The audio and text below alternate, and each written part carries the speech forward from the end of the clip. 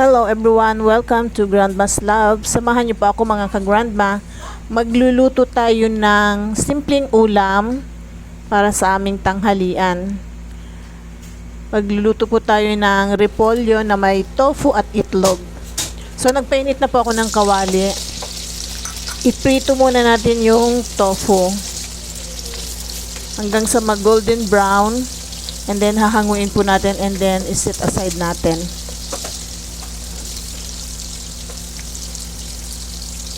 Simple recipe ni Grandma.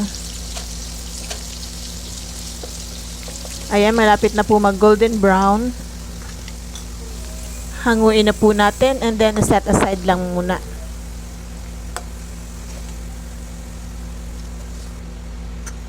So the same pan, nagdagdag lang po ako ng konting mantika. Iprito naman po natin yung itlog, scrambled egg.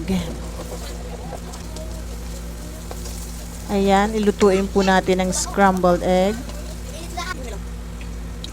And then, the same pan, pagigisa naman po tayo ng sibuyas at bawang. Naglagay na po ako ng mantika. And then, inuna ko po ang sibuyas. Isusunod naman po natin ang bawang.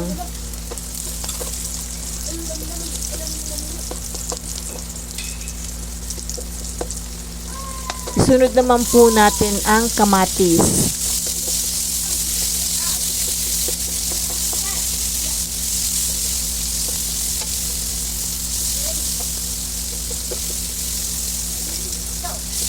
And then ilagay na po natin yung pinirito nating tokwa. Lagyan po natin ng oyster sauce.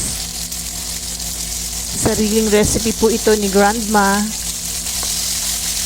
Wala po kasi kaming budget, kaya gulay lang muna and tofu at itlog. Solve na po ang aming ulam sa tanghalian. Ngayon inilagay ko na po ang repolyo at carrots. Lagyan po natin ng toyo at konting tubig. Pagkatapos po nito, haluin lang po natin ng maigi at tatakpan hanggang sa kumulo, and then kapag po kumulo na, ilalagay na po natin yung itlog. Yung pong ating scrambled egg. So this is it. Ganun lang po kabilis magluto ng simpleng ulam si Grandma. Ginisang repolyo na may tokwa at itlog. Sana po nagustuhan nyo ang recipe na to, at kung nagustuhan nyo po, huwag kalimutang mag-like, share, comment, and subscribe. Ito na po ang ating repolyo ginisang repolyo na may tokwa at itlog. So see you again on my next video. Thank you for watching. Bye. God bless everyone.